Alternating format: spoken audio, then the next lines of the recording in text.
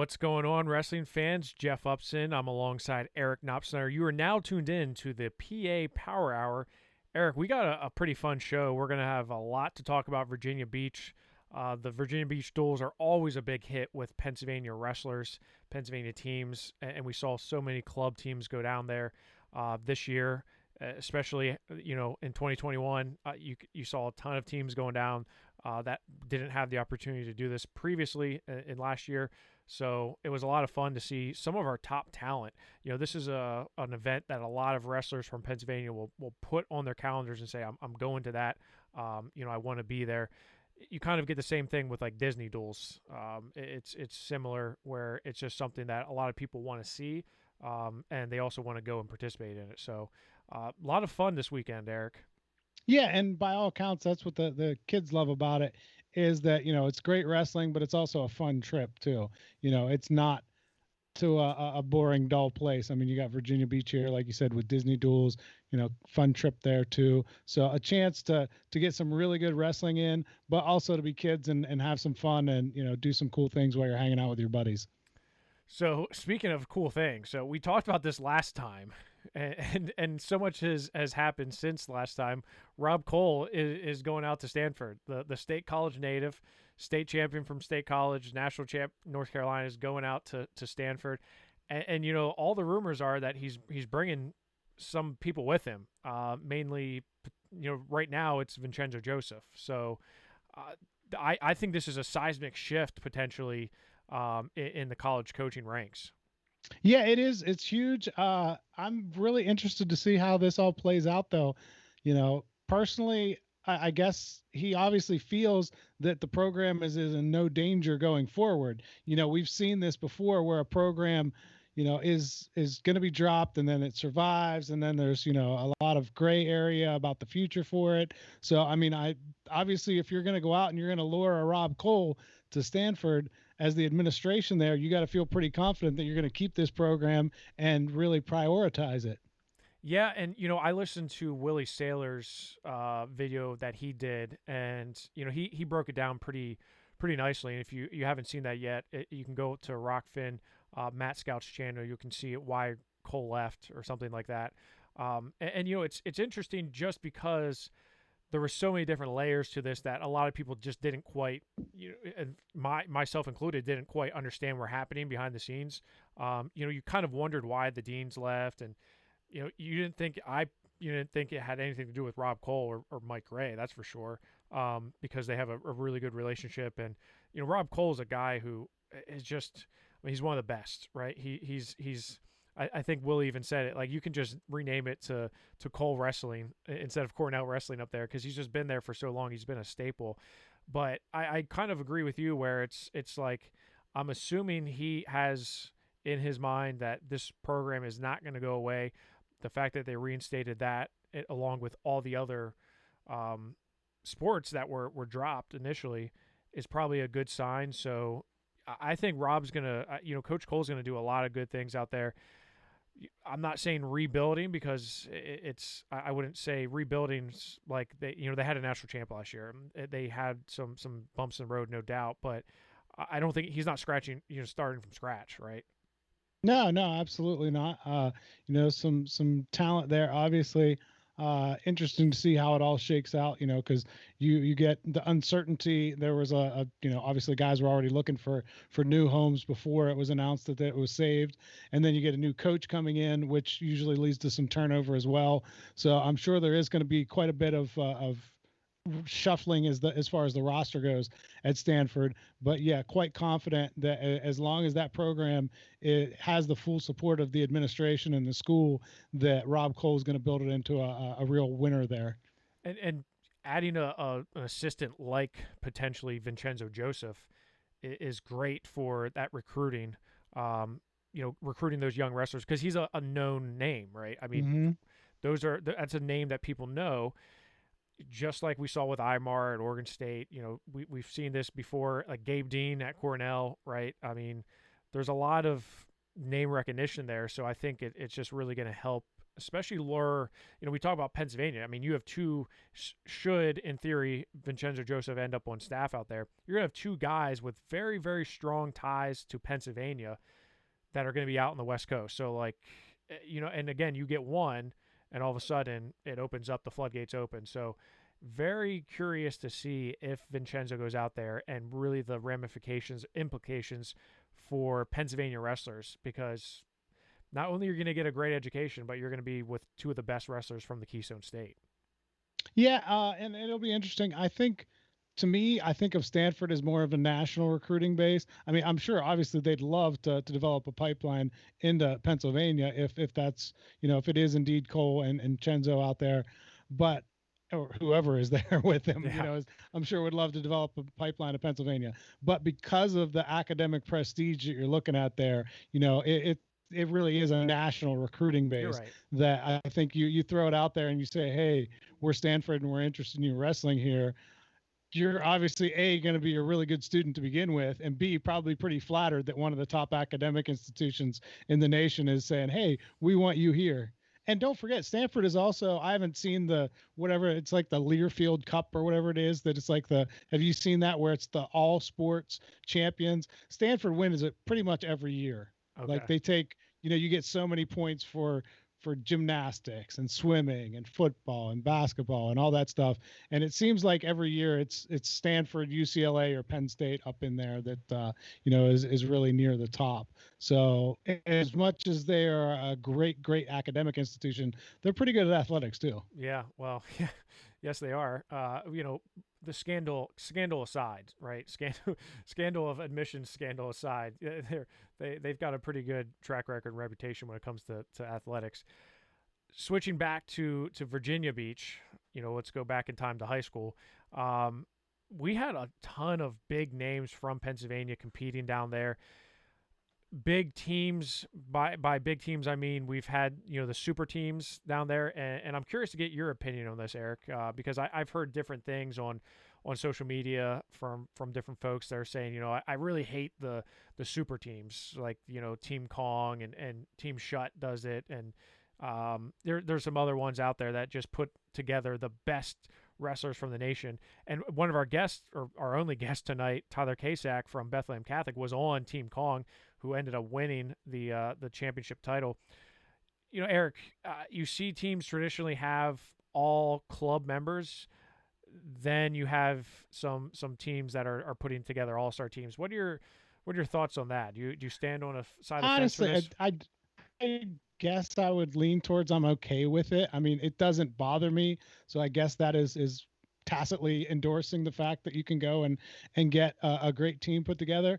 I know if it were me and I were asked to be on one of those teams, that'd be awfully hard to say no. If Yeah. you're like, hey, we're trying to put together the best team in the country and we think you are a good addition to it, that's pretty flattering. Again, just like the Stanford situation, you're like, well, yeah, okay, I've been wrestling for my club coach all the time, but for one time, why not try to go out on this really great team and just team up with the best wrestlers in the country? I mean, I think from that standpoint, it'd be a lot of fun. I get, if you're a club coach, I'm sure that hurts the feelings a little bit. If you're like, hey, I've been coaching you for a decade now, and now you're going to go and go join a super team instead of wrestling for my club team.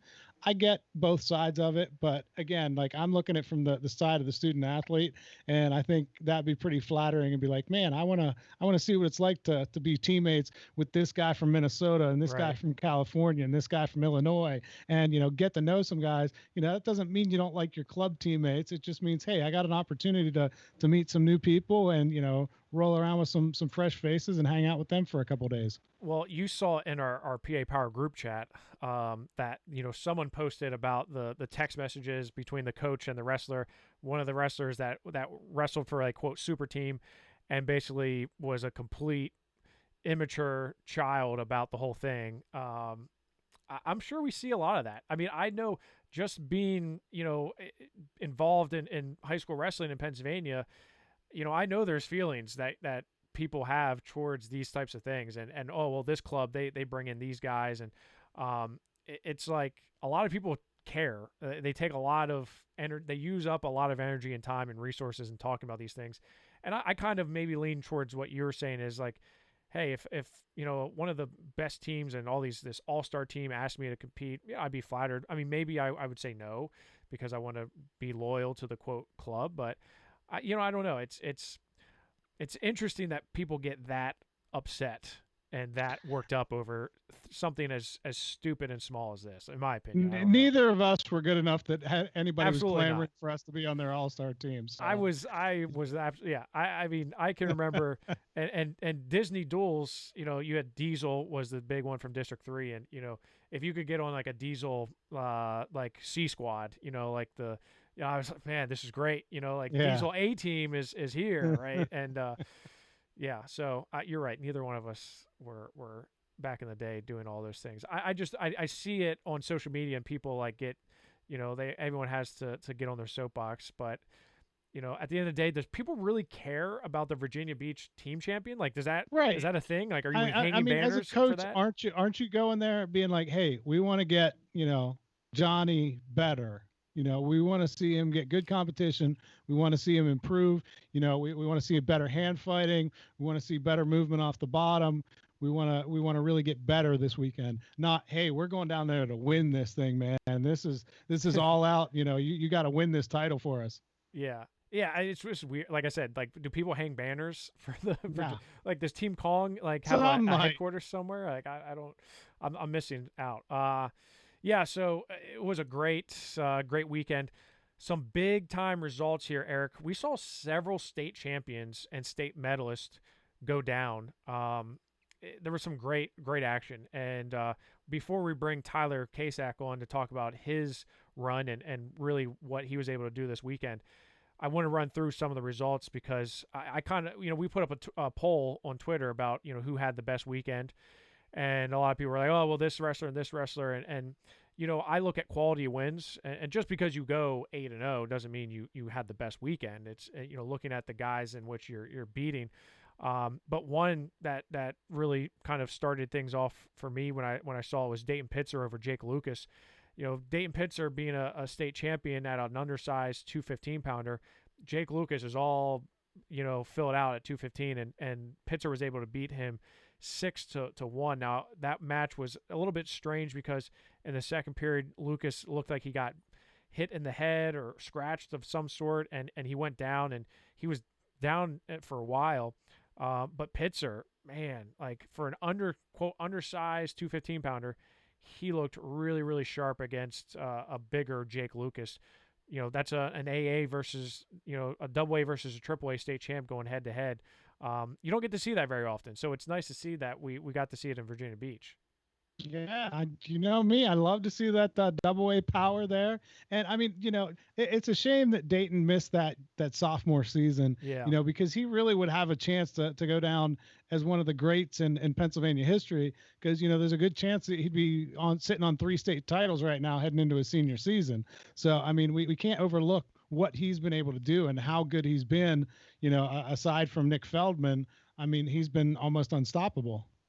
I think this just further gives argument to your bashing of the class of 2022 recruits, Eric. I did not bash. I bashed your ranking of them. Oh, my recruits. Well, that's what they are. That's what the well, I'm not bashing the kids. I'm bashing you. Okay. So it's okay to bash me, right? Yeah. You're a grown man. I'm a grown man. I'm 40. I'm a grown man. Exactly. So Josh Miller, shout out Central Dolphin. Air Force recruit, and he beat Briar Priest from Hempfield area, who had just an amazing weekend in Hershey to win a state title. Josh Miller at 138 beat him 10-4, so really good win by the Central Dolphin Ram there.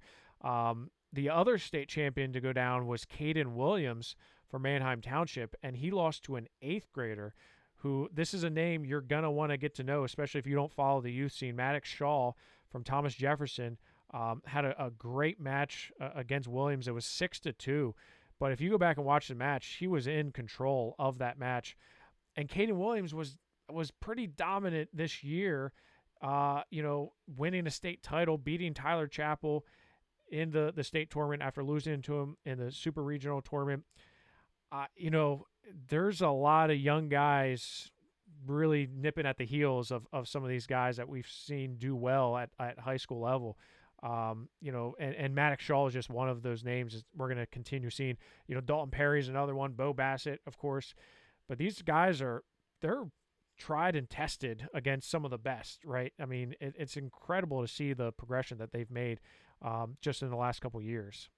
Yeah, I mean, for me, it really came into focus at True Power last year when we saw that with Dalton Perry beating Kilcarry. I mean, just I knew about Bo Bassett and I'd heard about Perry, but yeah, you're just seeing these guys in seventh, eighth grade that are clearly as good or better than some of the best in the state and the varsity level. So I think that really speaks to what is going on at the youth levels and the club coaches and all those guys that put in the time and the effort to get these kids to a point where they're so good at that young age now. Whereas, before it was kind of like, well, unless you were a really, really phenomenal guy, you were kind of going to step up in varsity and maybe take your Right. lumps as a freshman. Exactly. And then, maybe be a state qualifier as a sophomore, and then, really look to make your mark as a junior and senior.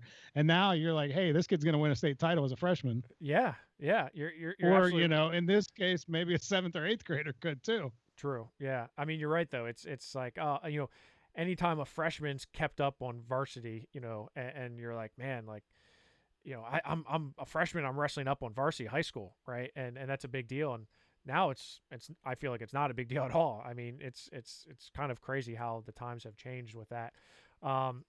Let's bring on Tyler Casak. I'm excited to talk to him about his weekend because he had a big weekend, an interesting weekend, especially with a potential injury here. So let's see if Tyler's on. Tyler is on, and here we got him. Tyler, thanks for joining us tonight. How are you? And how's the injury?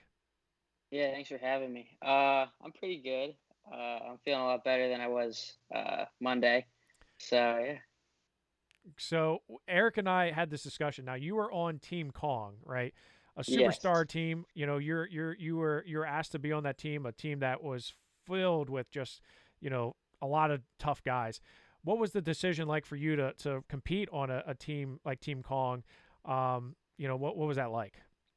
Yeah, it was an amazing experience. It was pretty cool because even though I didn't know a lot of the guys going into it, by the end of the tournament, I really felt like I knew guys in the team real well, and it was a lot of fun seeing such high level guys all the way throughout the tournament for 3 days. It probably felt like you're a state champ from PA. I mean that forever is going to be, you have your mark on history. But you got guys like Steve O'Pullen, on the team who's a world medalist in his age group, and going to NC State along with a slew of other people. So you're like, you go from a big fish in a small pond to kind of like a medium-sized fish in a medium-sized pond, and you're like, okay, I kind of got to show up here. Was there a little added pressure there for you, or was it just, hey, go out and have fun? It wasn't really an added pressure, honestly. It felt like it almost like took pressure off. It was like, oh, it's like everybody's just watching everybody. It's like, you know what I mean? Yeah, and that seems like we talked about it a little bit. Like, to me, it that's got to be an honor to be asked to be a part of that. And it's not like it's a slight to your club team or anything like that, right? I mean, it's just, hey, I've got this really cool opportunity. I'm going to try to take advantage of it. Yeah, they had asked me a while. They asked me before even individual districts, I think. So it was like a while back, and so our school team didn't even have a team there or even going there yet. So that kind of helped the decision as well. But yeah. So Tyler, let's just talk about your career thus far. Okay, last year, you had a slow start to the season because you were injured, right? You had that injury at the beginning of the year. You get in kind of late, and you came out with a bang. You beat Mac Church at Team States. You go into the state tournament. You have a good tournament, but you don't finish where you wanted to. And it's crazy because we talk about this, and I think I talked about this to Mac Church, is the bracket from 2020 at 106. How many state champions were? 3?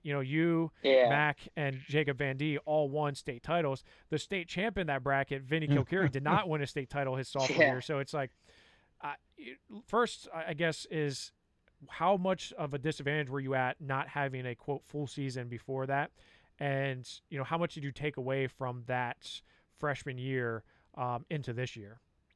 I definitely the short season for me was it was difficult looking back, but at the time I didn't really think much of it. I kind of thought like, well, everybody's been wrestling all year, they're all tired, cutting all this weight for so long, and the only thing that was issue with me was like for the big matches, sometimes knowing when to score, knowing when not to score, and stuff like that. And then like the biggest thing for me this year was just staying disciplined with weight cuts and staying very disciplined with just wrestling in a match like strategy. Yeah. I mean, I kind of it kind of hit me as you were talking about it. Your career record, you probably don't even how many wins do you have in your career? Like no more than 40. I was going to say no more than 40, because Yeah. you had a short season your freshman year, and you're in District 11, and Becca did not have a full season. No one had a full season, but you certainly didn't have a ton of matches going into the state tournament. So, Yeah. it's kind of now that it hits me, you're like, man, you're a state champ as a sophomore with like normally 40 wins is like, you go into the state tournament with that, right? Yeah. That maybe that's a good thing for you, right? Because Yeah. that wear and tear and being in those big matches, like obviously you can win them. Was that going into that match with Carter Dybert in the state finals? I mean, it was your first time being in the state finals. It was a weird season, right? Carter had a lot of matches for comparatively speaking, and he's a senior, right? I mean, he's been to the state finals before. He won a state title before, and here you are as the sophomore coming in, trying to earn his way into that state championship title. What was the feeling like, mentally going into that match with a guy like Carter? I didn't feel any pressure really. I just felt like all I would do is go out there and do my thing. I didn't have anything. I didn't worry about anything. I wasn't stressed about anything. I just felt pretty cool, calm, and collected, and ready to wrestle. It was pretty different compared to like weekends before, where I was a little bit different mentality. Yeah. But when states happened, I was pretty like cool, calm, and collected. So. And just fast forwarding now so you were at the Cadet World Team Trials as well, correct? Yep. Didn't have the weekend that you wanted, right? Your No. M2 teammate Levi Haynes makes a world team. Yeah. I know you probably didn't have the weekend you wanted. Freestyle, like you do a lot of freestyle? Was it just what was it like going out there and competing, and what didn't work for you out there? I wasn't ready to wrestle freestyle. I thought I was ready to wrestle freestyle, and there's a different pace that I didn't quite get the memo in time for that. They a couple of the guys there really knew what they were doing. That the two losses that I had, they knew how to wrestle freestyle. But yeah, it was a good experience. I definitely learned a lot, and I was happy for Levi to make the team. You mean David Taylor didn't tell you, like, hey Tyler, like these are gonna be 3-minute periods, and you're gonna have a break in between. Like you have an Olympian on you as your coach. Yeah, well, should have gave you the memo. He told me, he definitely did, but it didn't. I guess it didn't click Some as soon as things- we wanted it to. Some things just you have to experience for yourself, right, Tyler? Yep, exactly. So you go from from Wisconsin out there. Now you come back and you're wrestling at the Virginia Beach Duels, and just a great weekend you had down there wrestling for Team Kong. You had some ups and downs, if you will, in Virginia Beach, and talk us through that match. And I believe Team Kong was in the quarterfinals. You were in the quarterfinals when that injury happened. And before that you had won, I think, five matches or something like that. You had wrestled a bunch of matches. What was the feeling like after leaving Wisconsin, kind of getting a reality check, like, oh, I'm not ready for freestyle, but then going back to Virginia Beach and wrestling hard? What were you feeling like up until that injury? I felt good. I definitely, the things that I needed to work on were starting to come together, as far as neutral and staying consistent and really pushing the pace. And then once that I guess that little like injury happened, I didn't really know what I was gonna do after that. Like I didn't know how the weekend was gonna end up. I only had 2 more matches left, so Yeah, and they were big matches, right? Semifinals yeah, and then finals. Team Kong was kind of in, a dogfight. You had Team Shut North in the semifinals, then Minion Legends in the finals. What was that? So your next match right after the injury, right? You have a big time match with the number 3 ranked guy in the nation, Sergio Lemley from Indiana, and you end up beating him 8-4, and you looked pretty good, right? You looked yeah. in control of that match. You looked like you're feeling good. So, did you know about him going into the match? Did someone say like, "Hey, this guy's pretty tough," or did you just go out there and say, "Hey, I'm Tyler Casak. I'm going to go out there and wrestle and see what we can do." Yeah, I definitely I didn't I saw his name on who he was, but I didn't know like I just had heard of the name. I knew he was from Shut, so I didn't know he was gonna I knew he was gonna be tough. I knew Yeah.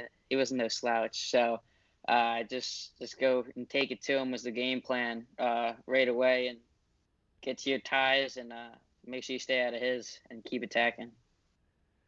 How are you feeling there physically? I mean, obviously you won, so you must have been in pretty good shape. Were you able to bounce back pretty quickly from the injury? Uh, Honestly, I was pretty hurt. I was hurting pretty good that day. But when I was wrestling, the adrenaline was definitely helped a lot. But it was definitely felt it the whole time while I was wrestling.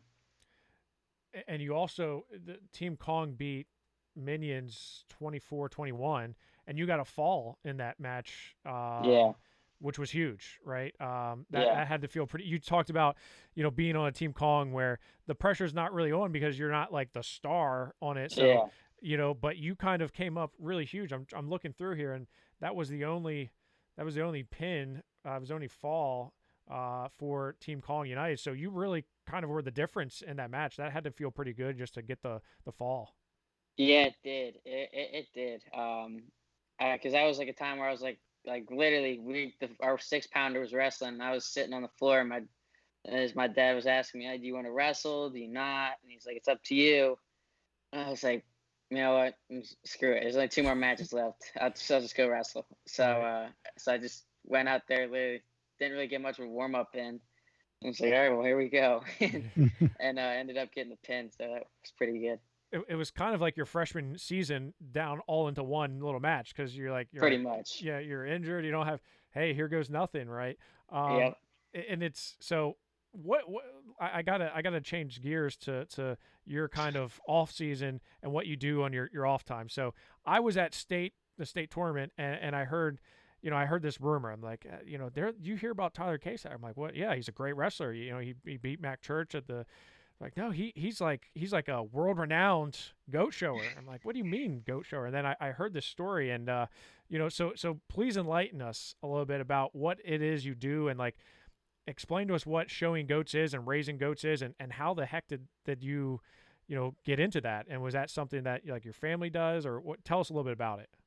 So I got into it because my grandfather on my mom's side, he had goats, like a couple little goats at his house, and he had asked, or I'd asked him when I was like maybe 4 or 5. I was like, "Can I have some goats?" And he's like, "Well, if you can catch them, you can keep them."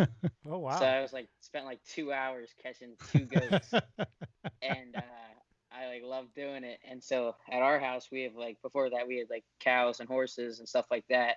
So we kind of just had like 2 goats roaming around, and then I started to want to get more and more and more. So then now I got like 30 goats, and the story is with the one goat that I had at States, like I had to bottle feed it because it's me and my dad like C-section the mom out like a week before, and we had to take we couldn't just leave it at the house. We had to bring it back to States, and like it was in the hotel room, and like you couldn't have like you can't have like the animals in there, so like sneaking in with like blankets on top of it, stuff Oh like my that. gosh. I This wish is great, Tyler. I wish I Yeah, could have seen that. Like you bring it in, like normally people sneak in dogs, right? And like yeah, and you're like sneaking in a really a newborn goat who needs to be nursed. That's why. I mean, that has to take some pressure off of you when you're wrestling in big time matches in Hershey. When everyone's there focused on wrestling, you're like, oh, I got a goat I got to take care of. Like that's gotta be pretty cool to have that. Yeah, no, it's pretty cool. I think especially like we had it at team states too, and it's like everybody kind of like a little minute where everybody could kind of take their mind off cutting weight and stuff like that and all that, like big matches, and then we got a goat in the hotel kind of thing. Is there ever a time when you're doing this, like do you go to, like I know growing up in Harrisburg, we go to the farm show, we'd go to the farm show. Is that, do you do stuff like that? Do you take them around and like try to like show them? And is that something you still do? Yeah, I still do that from time to time. I sell them more often to people that do that. I don't do it as much as I used to, but I sell them to a lot of people that take them to like the state fairs and stuff like that. Which is more pressure packed, trying to get a goat to do what you want at a show, or you going out on the mat and wrestling yourself where you're kind of in control of everything? Getting a goat, dude. Sometimes they're very unpredictable, and yeah. That's great. It's unpredictable is a good. At least it's pretty predictable what someone's going to do in a wrestling match, right? You're going to tie them up. We're going to make shots. It's it's pretty. It's not splitting atoms, But now you're talking about a goat that is wow. Well, is the goat that you nursed and fed? Do you still have that goat? And is the goat doing well? Yeah, he's actually out back right now. I got him at the house. Does he have a name? Jerry. Nice. Jerry the goat. Yeah. That's awesome. Well, Tyler, I mean, it was great, great talking to you here tonight. It was a pleasure having you at True Power. I know we didn't get to really catch up at True Power because that was something I wanted to talk to you about there. And you just had an amazing season, winning a state title. You got 2 more years to get over 100 wins. I hope you can do it. You got two more years to get over 100 wins, and a couple more state titles. So that'd be fun. Great weekend down in Virginia. Keep wrestling and tell, ask your coach David Taylor, like, hey, how do I master this freestyle thing? He'll set you straight, right? Yeah, hopefully, right? Maybe he can give you some help with the goats too. Have David pitch in and lend a hand. All right, Tyler. Well, we appreciate it, and best of luck to you this summer, and then hopefully we'll see you very soon back on the mats. Okay. Thank you very much. Thanks for having me. Thanks, Tyler. Right, we'll talk to you Tyler. soon. Yep. See you later. I mean, that is just an incredible. I didn't know the part about them sneaking the goat into the hotel. Like that's going to go down for forever. You're never going to forget that story. No, that's an awesome story. An awesome what a story. great guest he was. Yeah, he was a lot of fun. Yeah, Tyler's he's a good kid, and I can remember talking to him his freshman year.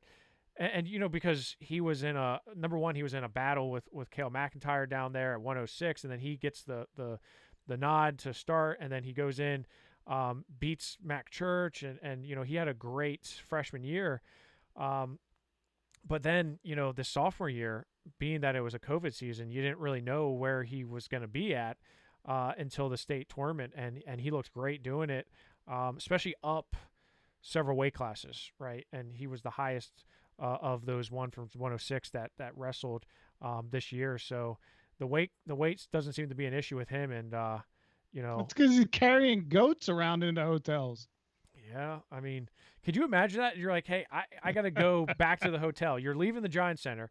We're worried about getting rehydrated, getting ready for the next match, and you're like, I've got to go feed my goat. And he honestly, it sounds like he takes a lot of seriousness, and it sounds like when someone said that, like, he's a pro, like, he sounds like a pro. You don't have 30 goats and not be a pro. He's the goat when it comes to goats. Man, you've been waiting. I've been waiting that. patiently. I've been waiting for the opening, Jeff. I've been waiting. We're 36 minutes into the show now. I've been holding that one in. Well, how did it feel to get that out? Yeah, Tyler it was pretty Casak good. I got to admit. Yeah, it was. It was good.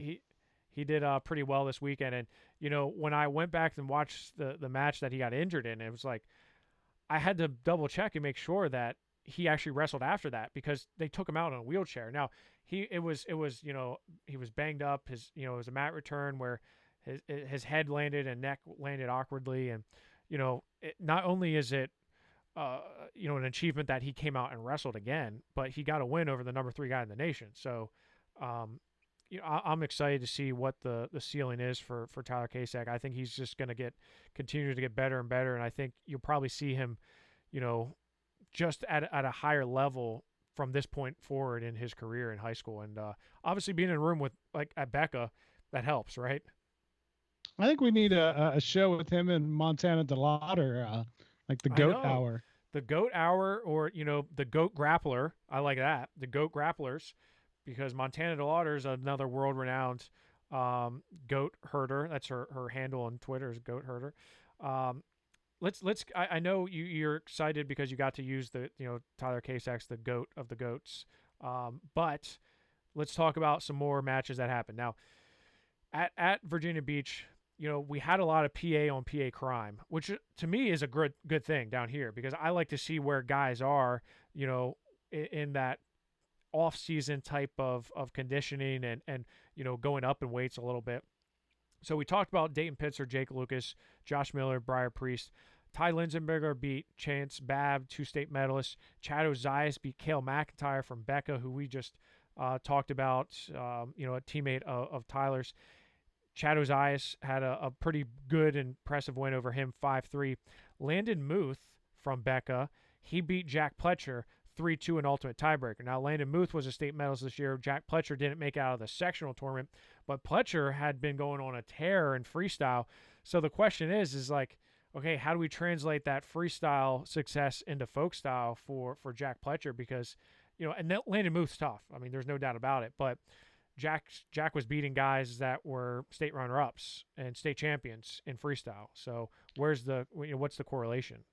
Yeah, it's a little strange to me because I'm used to seeing guys that are good in folk style that sometimes that doesn't translate to freestyle, because maybe you're really good on top, in terms of just controlling a guy and getting a pin, not necessarily tilts, things like that. But it's odd to go the other way for me. If you're good in freestyle, it means you're really good on your feet. You're doing well there. That seems like it's a natural transition that somebody who's good in freestyle is going to be good in folk style if you can get off the bottom. I mean, that's obviously, whenever you see an international guy come and try to wrestle folk style, if he can't get off the bottom, that's a problem. But with Pletcher, I would have thought that, he was in that zone now, and we continue to see those really good results. But, as you said, Muth is a very good wrestler in his own right. So nothing, I guess it shouldn't be that shocking. Yeah, I mean, you're right, but it's just, he was on a tear.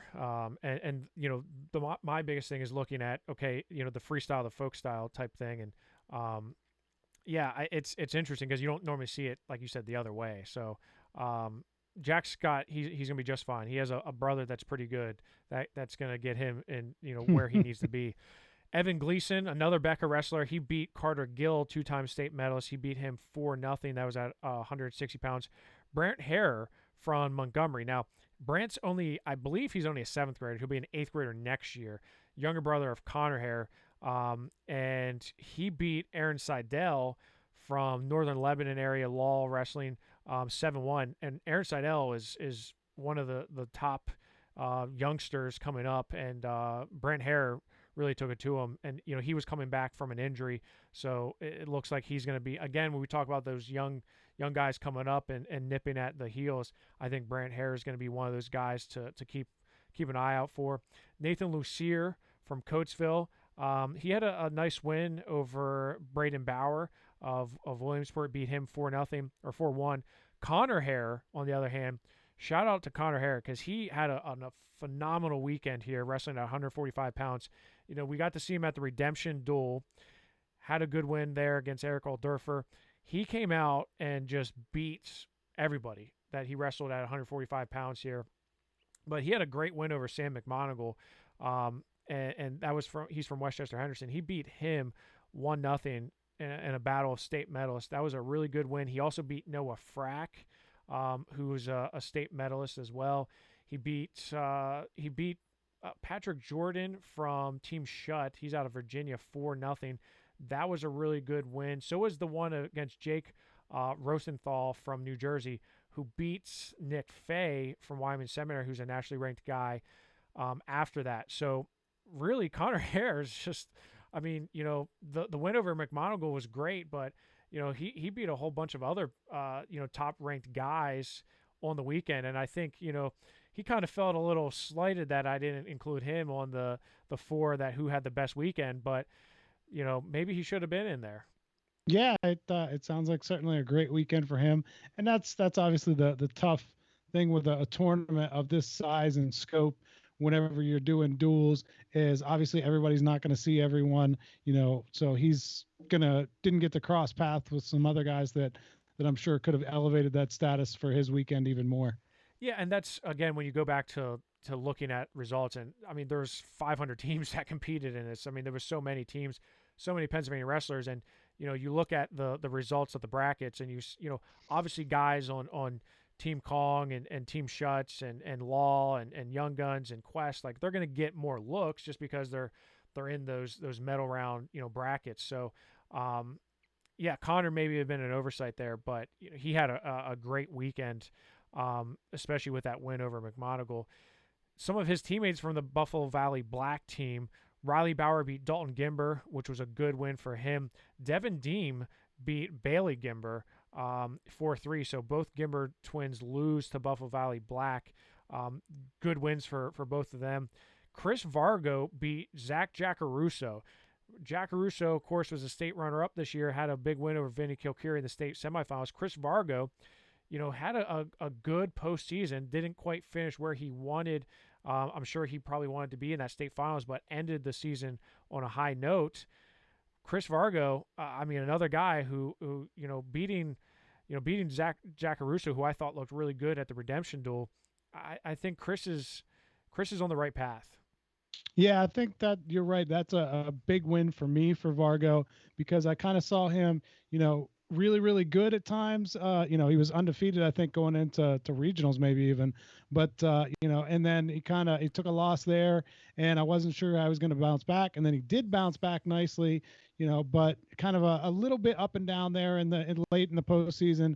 But to me, this is his biggest win so far. Yeah, I think off-season results are you got to take them for what they are.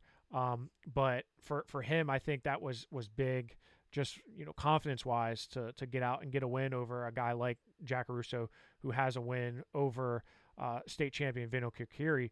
And like I said, Vargo finished the season strong. He loses to Gavin Bradley, but then comes back to avenge that loss to Cohen Baney to take third at the state tournament. So you had a third place finisher beating a state runner up. On paper, it's not a big deal, but I think this is a big deal that Vargo got that win. Also at 126, Jake Dune beat Trevor Husick 15-8. I thought that was a good win for him. Drake Burford from Highlands had a good win over Dom Wheatley 7-3. He was a state medalist. Sonny Sasso, he beat Parker Moore by tech fall 23-7. Parker Moore is one of those guys. I mean, he's a two-time state medalist from Phillipsburg, Osceola, and just a weird weight class that he's been in years. But Sonny Sasso just poured it on him. Yeah, Sonny's really come on of late. Talk about guys that have had a really good summer.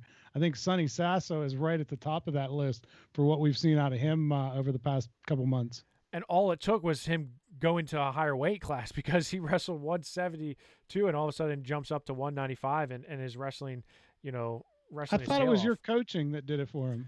Well, I mean, obviously, my level of instruction was to a point where, Dave Crow, it's like, oh my gosh, Jeff Upson, look at it. Are you kidding me? I was fortunate enough to get the toweling down well on him. I mean, Sonny's great.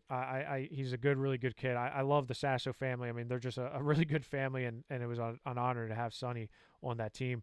We talked about Maddox Shaw from TJ from Team Quest beating Caden Williams. And shout out to Team Quest and Team Law. Both these teams had phenomenal squads. And you look at the super squads, if you will, both these teams had guys that I don't think there was a guy on either team that was not a, quote, club member on these teams, which is pretty cool to see, and to see them wrestle at such a high level. I'm telling you, Law Wrestling Club is doing great things. There's a lot of momentum there. I think Law Wrestling Club is going to be, one of those clubs that we're going to be talking about for a while. And the guys and girls just keep on coming from them. So, I'm excited to see the future of Law Wrestling Club. Yeah, definitely big things going on there. And as you said, Quest with a really nice performance down there. And it's good to see, different areas of the state really coming on. And, we're seeing it from different clubs. And I think that's great for Pennsylvania as a whole. We had a while there where one club was kind of dominating, and to see it spread out a little bit is to me really nice. And to have those quality guys at all the different clubs in the different areas of the state is good for the state as a whole. Yeah, no, I mean, there's no doubt about that, and it was nice to see, you know, Pennsylvania wrestlers do as well as they did there. But obviously the Pennsylvania teams, Young Guns, Quest. Now Young Guns had a few guys not from Pennsylvania on their team, but they had a great team. Young Guns had guys like Kilcarry, both Louis Gill, Mac Church, Jackson Arrington, who had a great weekend.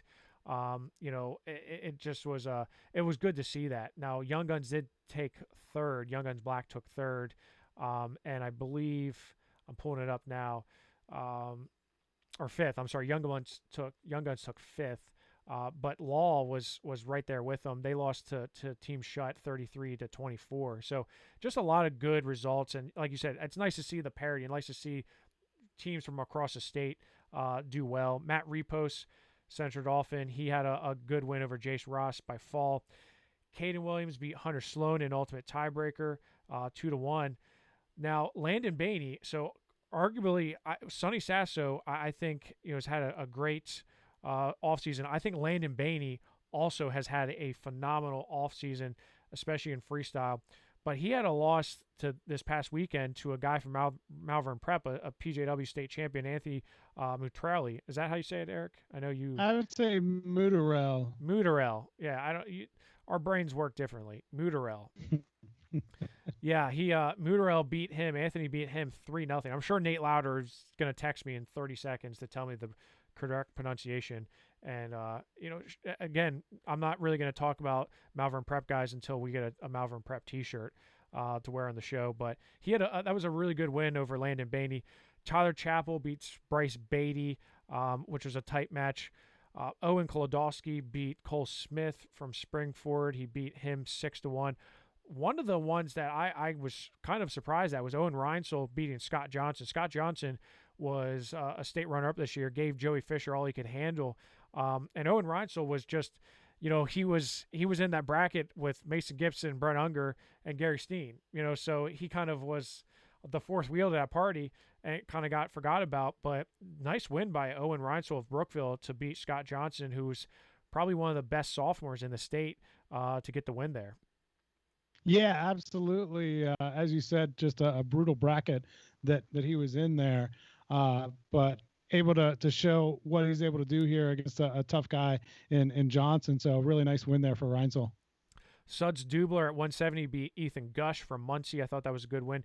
G.J. Moring from McKeesport, who's now at Wyman Seminary, he beat Emmanuel Ulrich from Mifflinburg, who was a state medalist this year, 2-1 in tiebreaker too. It's good to see DJ back on wrestling.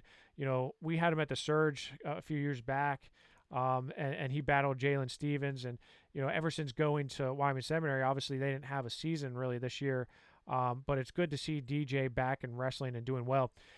One of the better performances of the weekend had to be from Ty Waters as well. Ty Waters from West Allegheny gets injured this year. West Allegheny had the injury bug, and Nico Taddy was out. Ty Waters was out with injury. Ty Waters had a phenomenal weekend. Beat Kelly Kakos 6-0 from Perkiomen Valley. Really tough wrestler there.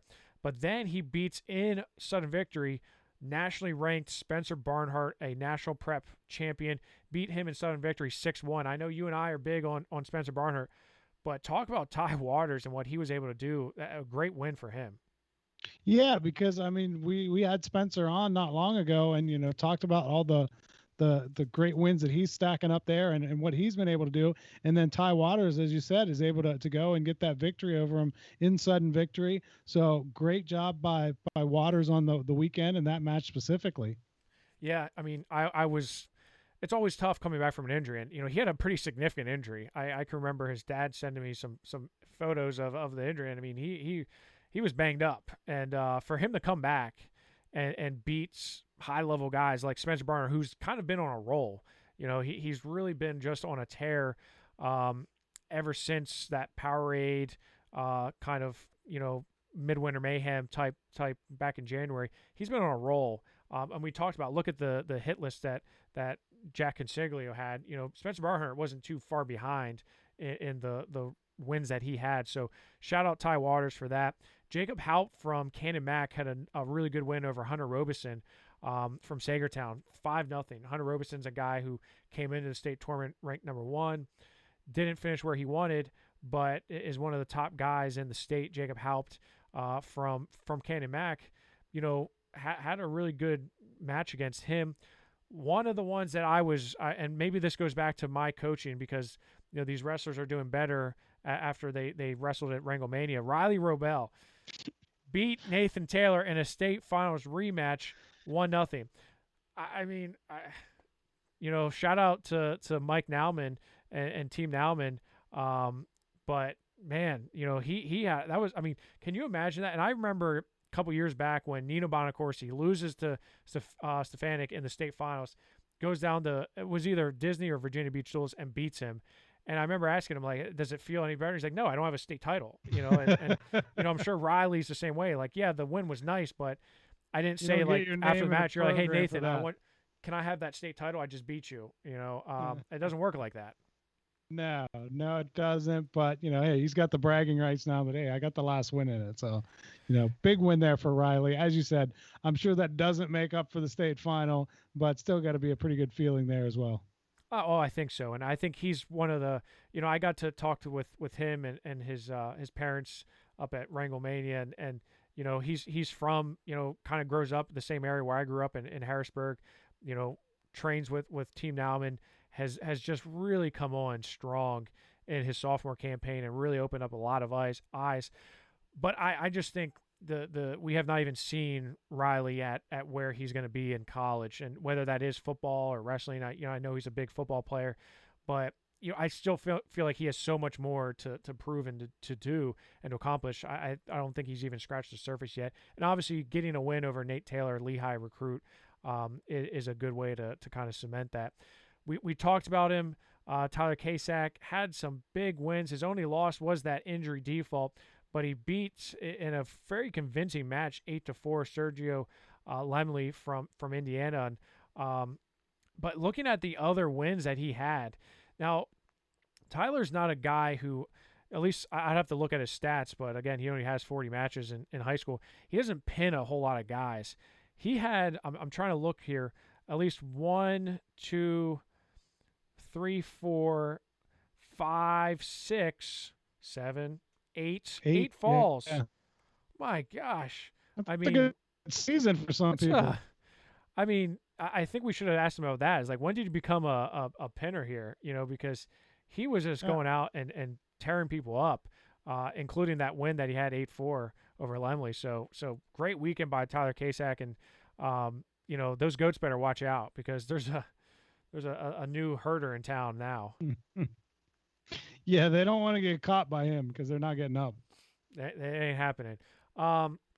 Nick Feldman had a great match, and maybe Nick Feldman's he's a big name, right? He's kind of one of the biggest names in Pennsylvania right now.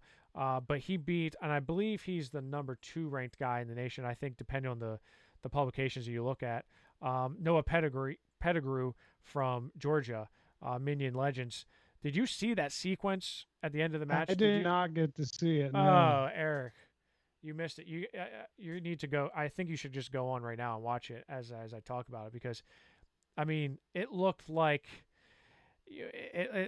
almost a lightweight battle, a lightweight scramble or flurry, but it was 2 big guys, and he's able to get the takedown on the edge. It was 1-1. He gets the takedown to win it 3-1. Just a great performance by Nick Feldman, and he just continues to impress. Right? I mean, there's no task that's too tall for him. He just continues to impress, and I can't wait to see him at the next level. Yeah, he's just been phenomenal. As I said, to me, he's the pound for pound #1 guy in the state because he keeps going out and beating people like this, like Noah Pettigrew, and just every time we see him, he impresses. You never see him disappoint or have a down match. It seems like he's always up. I mean, the big question is, who are we going to get to wrestle him for True Power? I mean, it's like he needs to wrestle 2 different people. I think we should have him versus Mason Gibson and Spencer Barnhart together, like Spencer and Mason versus Nick Feldman. And I think that's I think it's a fair. I think between those two, I think they actually can make it a good match with Nick Feldman. I don't know. Maybe he'll still tech him. It's the pickings are slim for us trying to get opponents for Nick Feldman for True Power. Let's just put it that way, right, Eric? Yeah, I certainly wouldn't want to be his opponent for it. That's for sure. Maybe we can get you out there against him. See, your coaching chops. So maybe you can coach yourself up. Come up with a strategy to take him out. Well, you remember now we already have a tag team match scheduled for True Power between now.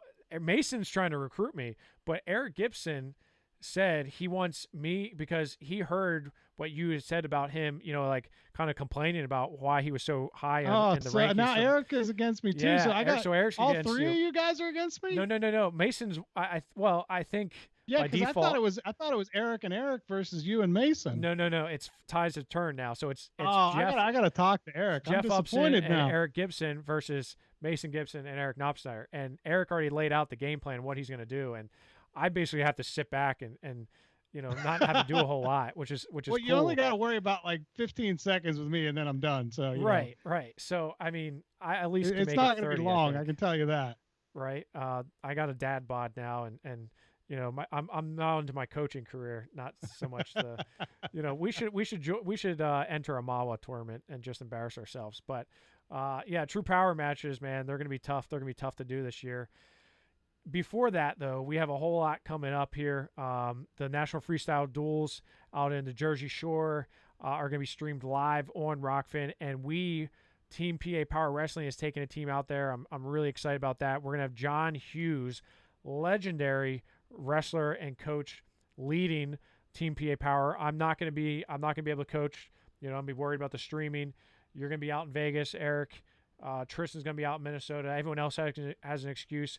But John Hughes, 4-time state champ from Benton, national champ for Penn State, coach at Lehigh. He's going to be leading Team PA Power. So, he really puts me to shame. So it's going to be a lot of fun. That's coming up on June 27th, Sunday, June 27th. We're going to have more information about that coming out. And we're going to have a whole lot of promotion stuff coming out to talk about Team PA Power and the event overall, Eric. So you're missing out. I am. It's tough, but, work's got to come first sometimes. I'm actually heading out to Vegas this weekend, and then again later in the month. Yeah. All right. Well, have fun, man. I'm going to World of Concrete. How could I not have fun? World of Concrete. What do they do at World of Concrete?